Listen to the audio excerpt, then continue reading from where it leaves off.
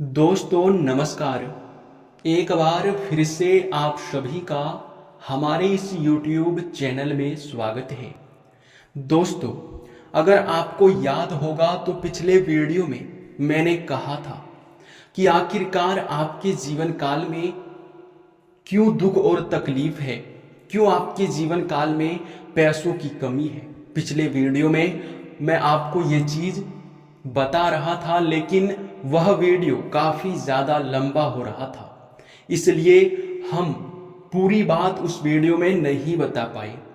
और हमने आपको यह भी कहा था कि अगले वीडियो में हम आपको इसके बारे में पूरे विस्तार से बताएंगे। लेकिन दोस्तों, आपको हम बता दें कि यह समय आज और अभी आपके कुंडली का और अधिक अंदर से विश्लेषण करने के बाद हमें एक और गुप्त बात पता चल चुका है। देखिए, कल आपको हम यह भी बता चुके थे कि आखिरकार क्यों आपके जीवन काल में पैसों की कमी है और क्यों आप दुख और तकलीफ झेल रहे थे। और एक बात तो आपको अवश्य ही याद होगा कि आपके किस्मत में बहुत अधिक मात्रा में पैसा लिखा है। मैंने पिछले वीडियो में आपको यह चीज बताया था कि आपका किस्मत खराब नहीं है। जो आप बार बार सोचते हो कि आपका किस्मत बहुत खराब है, तो ऐसा बिल्कुल भी नहीं है, बल्कि आपके जो किस्मत का साथ है वो मिल नहीं पा रहा है। किस्मत में तो भरपूर मात्रा में पैसा लिखा है। एक बार अगर मिलना शुरू हो जाए तो आप किसी राजा से कम नहीं होंगे। जी हाँ दोस्तों, आप लोगों को हम एक चीज अवश्य ही कहेंगे कि यह समय आप लोग बस इस वीडियो को अब एक बार अंत तक देख लो, फिर देखना जीवन ना बदल जाए तो फिर कहना। लेकिन बस हमारा भी शर्त यही है कि वीडियो को शुरू से लेकर अंत तक बिना काटे बिना स्किप किए आपको देखना होगा। अगर आप इतना कर लेते हो तो फिर समझ लो कि आपका जीवन धन्य हो जाएगा। देखिए दोस्तों, कई रीजन आपकी कुंडली में हमें दिखाई पड़ रहे हैं। कई सारे कारण हैं जो कि आपका भाग्य यश में आपका साथ नहीं दे पा रहा है। कई प्रकार के आपके जीवन काल में दुख और तकलीफ चल रहा है और आप हमेशा यही सोचते हैं कि आपके ऊपर आपकी किस्मत का साथ ही नहीं मिल पाता है। हर काम में आपकी असफलता और नुकसान ही मिल रहा है।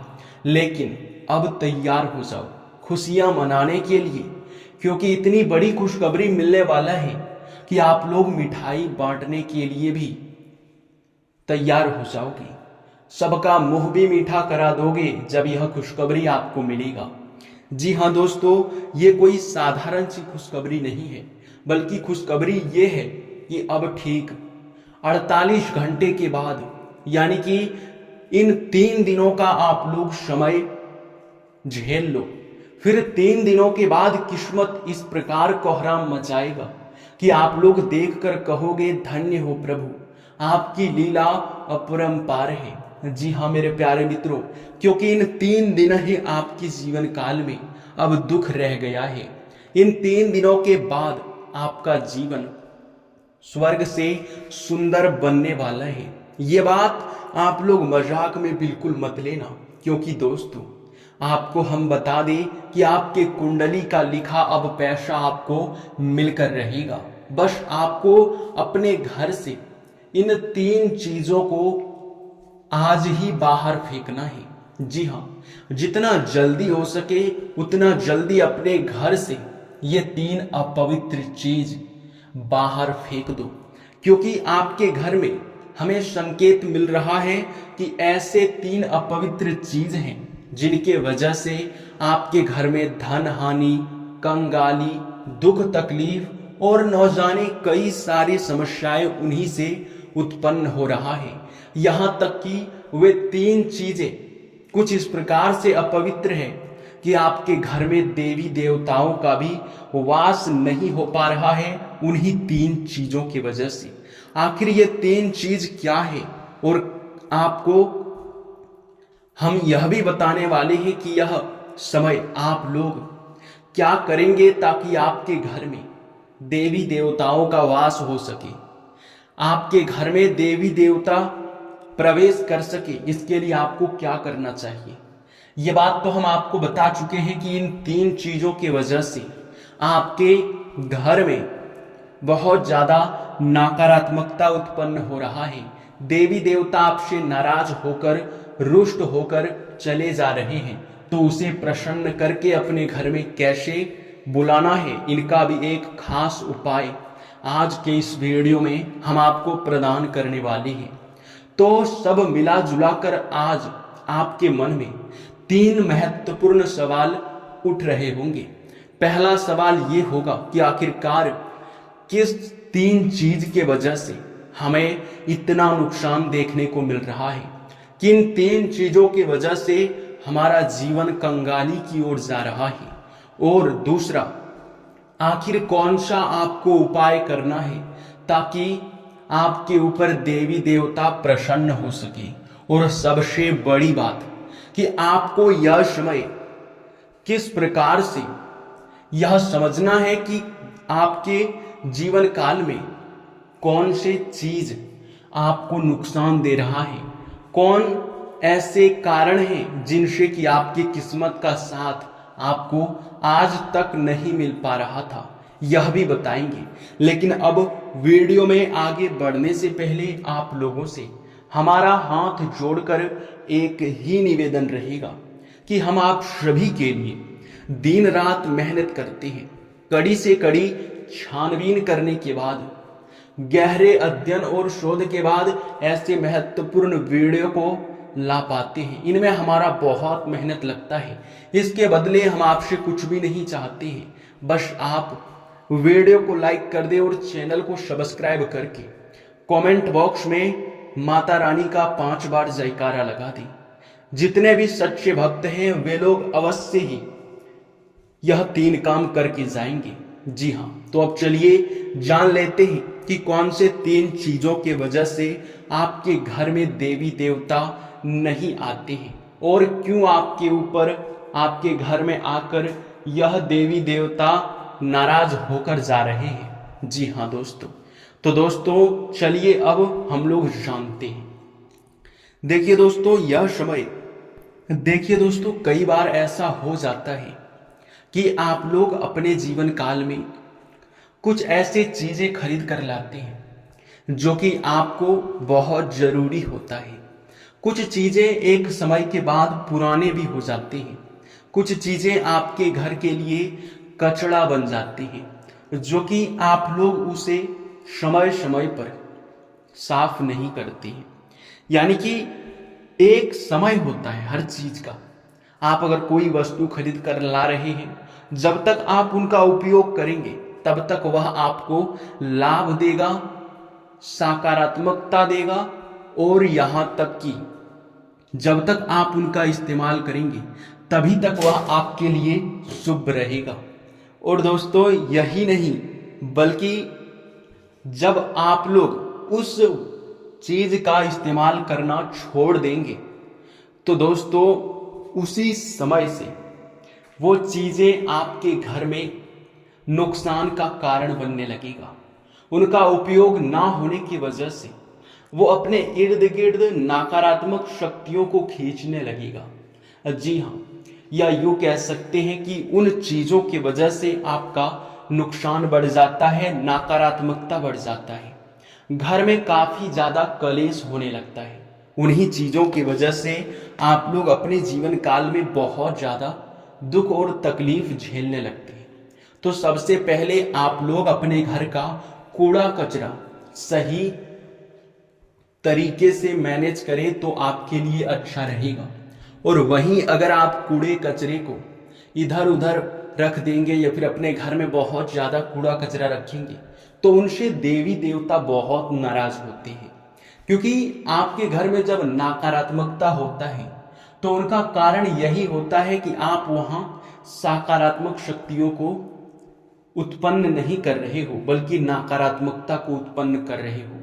अब सकारात्मक शक्तियों को भी उत्पन्न करने का कई सारे तरीके हैं, जैसे कि किसी देवी देवता का आप फोटो, मूर्ति साफ सुथरा लगाएंगे, उनकी हर रोज धूप अगरबत्ती जलाएंगे, तो उनसे सकारात्मक चीजें आपके घर में उत्पन्न होगा।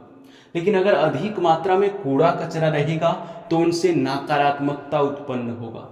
तो आप इन्हीं दोनों का उदाहरण समझ के देख लीजिए कि जब आप भक्ति भाव करते हैं तो आप सुखी रहेंगे।